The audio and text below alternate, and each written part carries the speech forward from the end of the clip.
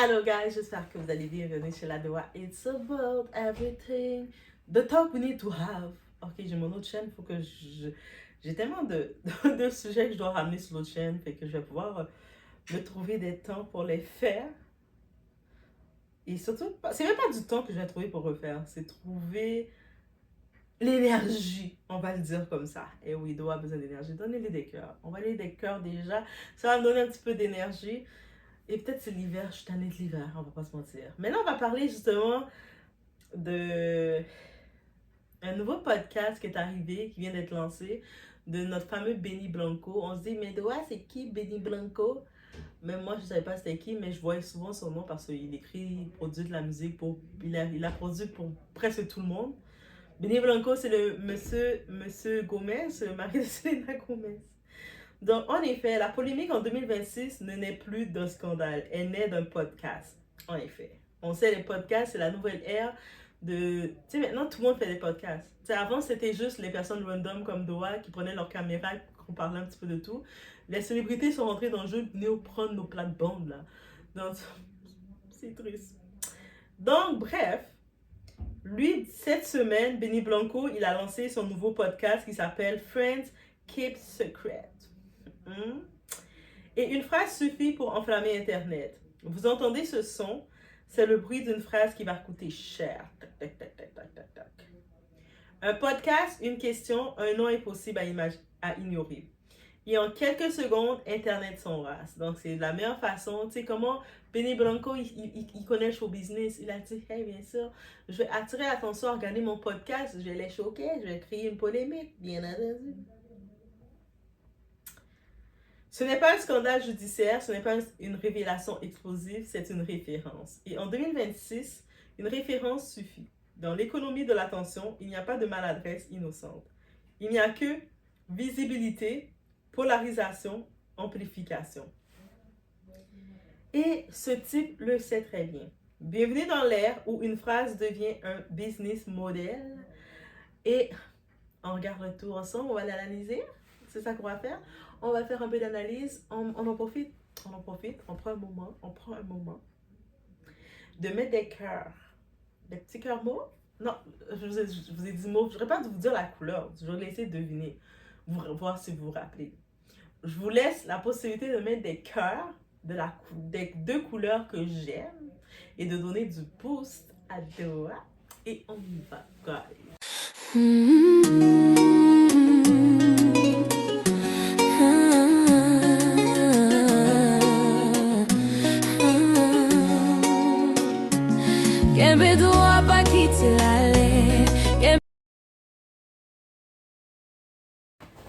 Donc ici, on parle la déclaration qui fait réagir. Lors d'un échange léger, Benny Blanco explique que s'il pouvait inviter quelqu'un, mort ou vivant, il choisirait battement de tambour, roulement de tambour, qu'est-ce que vous voulez, on met.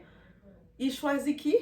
Adolf Hitler. Eh oui, non, rien que Adolf Hitler. Donc lui, dans toutes les personnes morts, vivants, qu'il aura envie d'avoir avec lui, c'est Adolf Hitler. Il ajoute qu'il aimerait lui demander quel était l'accord. Oui. Moi, je veux juste Adolf Hitler savoir c'était quoi l'accord. Contexte, format humoristique, provocation maladroite, peu importe. Le seul fait d'évoquer une figure historique associée au crime du 20e siècle déclenche automatiquement une réaction et c'est tout à fait logique. Et lui-même le savait. La mécanique de la controverse. Dans l'ère du podcast, les phrases chocs sont extraites. Les clips deviennent viraux. Le contexte disparaît. L'indignation devient virale. Une référence historique aussi lourde que celle-ci ne peut pas passer inaperçue. Même hypothétique. Même pour comprendre. Le double standard médiatique. Certains internautes soulèvent une question.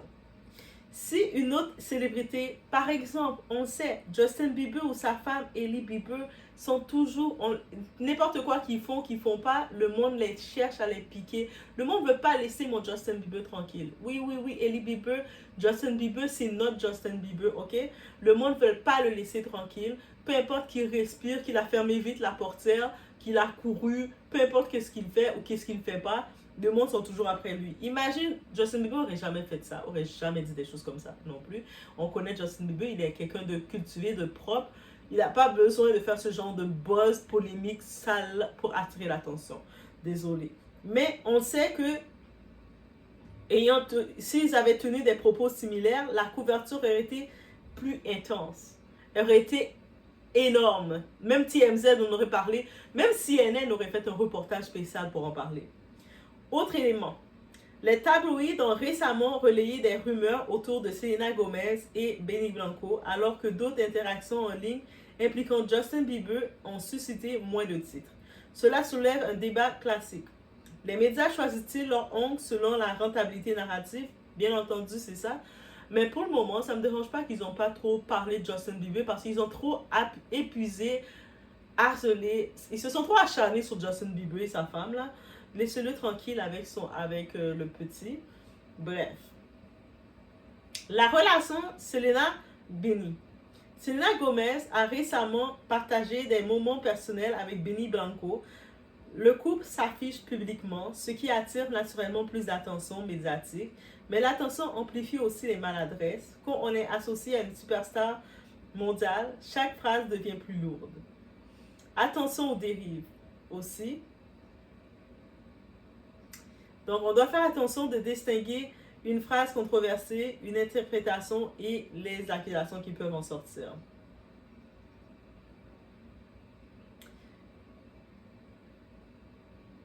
Il faut comprendre aussi que le podcast, c'est un nouvel espace de liberté et de risque. Le marché mondial du podcast dépasse désormais 20 milliards de dollars. Les podcasts conversationnels sont parmi les plus rentables. Les extraits courts, comme dans les Reels, les TikTok, les Shorts, sont devenus le principal moteur viral. Donc, une phrase choc peut valoir plus qu'un épisode entier. Dans l'épisode, tu sais, le monde n'a plus le temps d'écouter. Notre degré de concentration est faible. Donc, une phrase que tu dis, un mot de travers ou un mot choquant, va faire tout le podcast qui a duré peut-être 1 heure de podcast, 2 heures de podcast. Le monde va retenir les 2-3 petits mots. Donc, et les contenus les plus partagés ont souvent 3 éléments. La surprise, la transgression, la polarisation. Évoquer une figure historique extrême coche immédiatement ces cases. Même sans intention provocatrice, l'algorithme amplifie. Le paradoxe de la controverse peut augmenter la visibilité, attirer de nouveaux auditeurs, renforcer une image sans filtre, mais elle peut aussi détériorer l'image, aliéner une partie du public, créer une trace numérique durable. Dans l'économie de l'attention, le risque devient parfois un outil marketing involontaire. Posons la question autrement. Était-ce une tentative d'analyse historique maladroite? Peut-on poser une question provocante sans cautionner une idéologie? Les podcasts, doivent-ils rester des espaces totalement libres? Moi, j'irais pour dire oui, parce que la télévision est déjà contrôlée sur les mandats et on sait que c'est pas tous les podcasts qui sont libres parce que dépendant de leur sponsor, ben, l'opinion va aller si ça plaît au sponsor, donc t'es plus libre. Certains diront la liberté d'expression inclut le droit de poser des questions inconfortables. Oui, en effet, si on va de ce sens-là, ben, c'est choquant qu'ils disent qu'ils choisissent cette personne-là en particulier, mais en même temps, ben, c'est son droit. Certaines références sont trop lourdes symboliquement pour être utilisées à la légère. Le débat ne porte pas seulement sur une phrase, il porte sur les limites. Nous vivons dans une culture de toujours plus, donc toujours plus choquant, toujours plus rapide, toujours plus extrême. Dans cet environnement, le choc devient normalisé, l'indignation devient prévisible, le cycle outrage, débat, oubli s'accélère. La répétition de références extrêmes peut créer un effet d'usure. Ce qui scandaliserait hier devient juste une polémique de plus, et c'est là le vrai danger sociologique.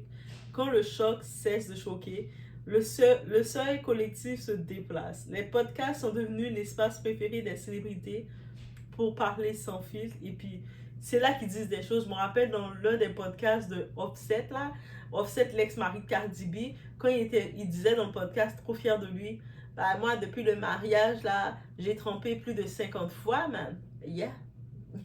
Yeah. Et puis, quelques temps plus tard, toi, il fait des déclarations. Cardi B, donne-moi une chance pour moi. Yo, tu finis de dire au monde entier que tu m'as trompé plus de 50 fois.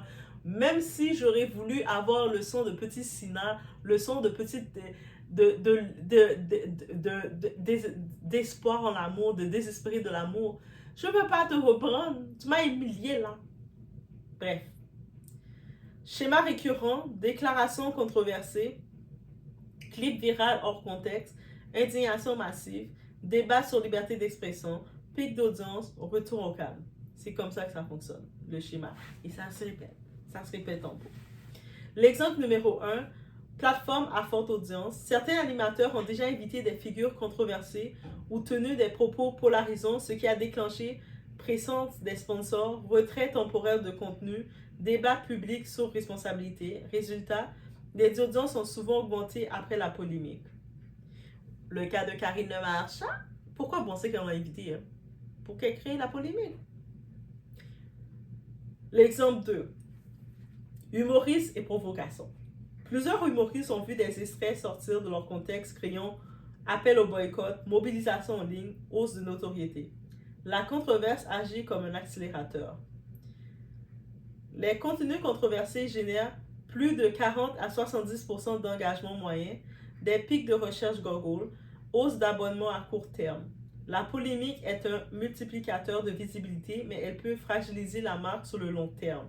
Donc, à court terme, ça passe, mais à long terme, ça te fragilise. Ta marque, toi-même, ça te fragilise. Un autre exemple qu'on a d'une personnalité, Eunice Obi, cette femme qui est une créatrice de contenu, elle fait ses trucs et puis elle donnait ses opinions sur divers débats d'actualité. Et elle est venue cette année avec une série de près de 30 vidéos pour nous parler de sa relation extra-conjugale en tant que Chisa d'un homme marié à un pasteur, qui plus est. C'est ça qui était plus choquant. Qu'elle aurait juste parlé qu'elle était la maîtresse, la Chisa d'un homme qui avait promis le mariage, j'aurais été comme, oh, ok. Il y a plein de Chisa qui le font. Mais le fait que cet homme, c'était un pasteur, ça a comme fait un plus gros choc. Parce qu'en fait, les pasteurs sont vraiment des gros aventuriers, des gros pervers. Mais bref. Et puis suite à ça, sur le coup, ça a généré, pendant que le buzz était chaud, ça lui a généré beaucoup de vues. Mais là, ça a très vite baissé. Elle a essayé de rebrasser les vues. On faisait une polémique avec une autre de ses consoeurs congolaises qui parlait des passeports, la situation des passeports. Et elle est revenue dire, mais au Congo, ça fonctionne avec les contacts. Hein? C'est les contacts. Hein? Moi, là, j'ai des contacts. Et là, ça n'a pas aidé la cause parce que tu es en train de faire la promotion que tu es dans le système des arnaques. Et elle a compris ça vite, elle a retiré ses vidéos, mais elle était déjà fragilisée après s'être exposée comme une chisa, comme une briseuse de foyer, comme une femme qui est avec un homme qui est déjà marié, qui est un pasteur déjà marié. T'as mangé son petit pibouli, t'as fait des choses comme c'est ça. La vraie question n'est pas pourquoi a-t-il dit ça, la vraie question c'est pourquoi les propos provocateurs sont-ils devenus une stratégie d'attention. Parce que le monde aime le sensationnalisme. Tu fais un petit titre posé normal, tu dis tu veux parler d'un sujet quelconque, s'il n'y a pas de la provocation ou quoi que ce soit, crée-moi, ça va pas passer. Tu fais une vidéo pour dire moi je vais vous donner les 10 raisons pourquoi j'aime Tyra Banks. Ben, ça va pas passer. C'est positif. Je suis en train de vous dire pourquoi j'aime Tyra Banks. Si par contre je vous dis, je fais une vidéo, je vais vous donner les 10 raisons pourquoi je déteste Tyra Banks. Et ça va monter là, ça va aller en flèche. Parce que le monde aime ça.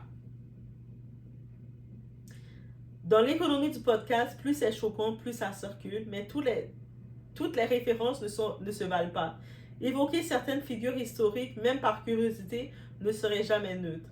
La politique attire, mais elle laisse une trace. Et dans un monde où chaque clip devient viral, le feed n'est plus optionnel. La question n'est pas seulement pourquoi a-t-il dit ça, mais pourquoi notre système médiatique récompense-t-il le choc. Dans l'économie du podcast, le silence ne devient viral que s'il est brisé par quelque chose de plus fort. Et parfois, ce plus fort dépasse la simple maladresse. Donc, d'aller plus fort, je vais choquer plus. Ah, lui a dit ça, je vais choquer plus. Alors que son podcast, c'est déjà, il sort de l'ordinaire. Tu sais, on sait que Benny Blanco, il avait fait la déclaration qu'il n'aimait pas trop ça se laver. Ça arrive. C'est pas parce qu'il n'a pas d'argent ou qu'il peut acheter du savon, c'est qu'il n'aime pas ça. Il aime garder sa vieille peau, les vieilles petites croûtes, il aime ça. Donc, et dans son podcast, on le voit avec ses pieds, les pieds comme de quelqu'un qui marchait pieds nus toute la journée, puis qui s'assied sur le petit son sofa, pieds nus en mode comme ça. Et puis, et c'est ça. Et c'est ça, et puis c'est comme en mode naturel. Moi, je trouvais déjà que son concept d'être lui-même, qui se présente, qui parle de tout, comme il est dans l'industrie en plus, parce qu'il a fait des produits de musique pour tant d'artistes. Donc, je disais que il aurait de quoi dire, et puis il va dire de façon sans filtre normale. Mais il est rentré dans le... Il veut frapper fort parce que c'est ça. Et c'est ça qui a donné, guys. Laissez-moi savoir ce que vous en pensez. Pensez-vous de tout ça? Est-ce que vous allez aller écouter son podcast quand même? Donnez-lui une chance. Allez au moins écouter un. Je pense qu'il y a quand même un humour. Ça, c'est pas de l'humour, j'avoue. Mais si c'est de l'humour, c'est un autre type d'humour. Mais il a quand même l'air d'être un personnage sans se forcer. C'est ça que j'aime avec lui. Il est un personnage sans se forcer. Je me rappelle dans une autre vue, il était avec Selena Gomez. On disait, c'est qui a fait la demande? C'est qui a dit je t'aime premièrement? Lui, là, il pointe sur Selena. C'est elle! C'est elle! Et puis il fait sa petite face. Je comme... Et Selena fait une face sérieuse comme tu aurais pu faire semblant. Mais il a l'air d'être un sans fil. Là. Il a vraiment l'air d'être un sans fil de ses émotions, de dire qu'est-ce qu'il pense. Et c'est ça, je pense que oui, ça va être quand même la de voir, c'est bien drôle. Ça va être quand même intéressant de voir ces podcasts qu'il va faire. J'espère qu'il va pas trop rester dans le sens, dans la polémique intense, créer du choc continuellement. Mais sa personnalité, elle peut être agréable à l'écouter, comment il va se positionner. C'est à suivre. Laissez-moi savoir, guys. Et je vous laisse sur ce. Vous étiez chez La Doua. On peut me supporter. Vous ne savez pas comment. Regardez la description. Vous allez lire le tout. Et vous allez même voir des liens. Vous allez pouvoir donner des donations. Et vous pouvez liker si vous êtes rendu. Si vous êtes rendu dans cette partie de la vidéo et vous n'avez pas encore liké, là, il y a des problèmes. Là, on commence à regarder, à se dire qu'est-ce qui s'est passé. On like. Il y a même l'option de booster. On y va, guys. On est capable. Let's go, let's go, let's go.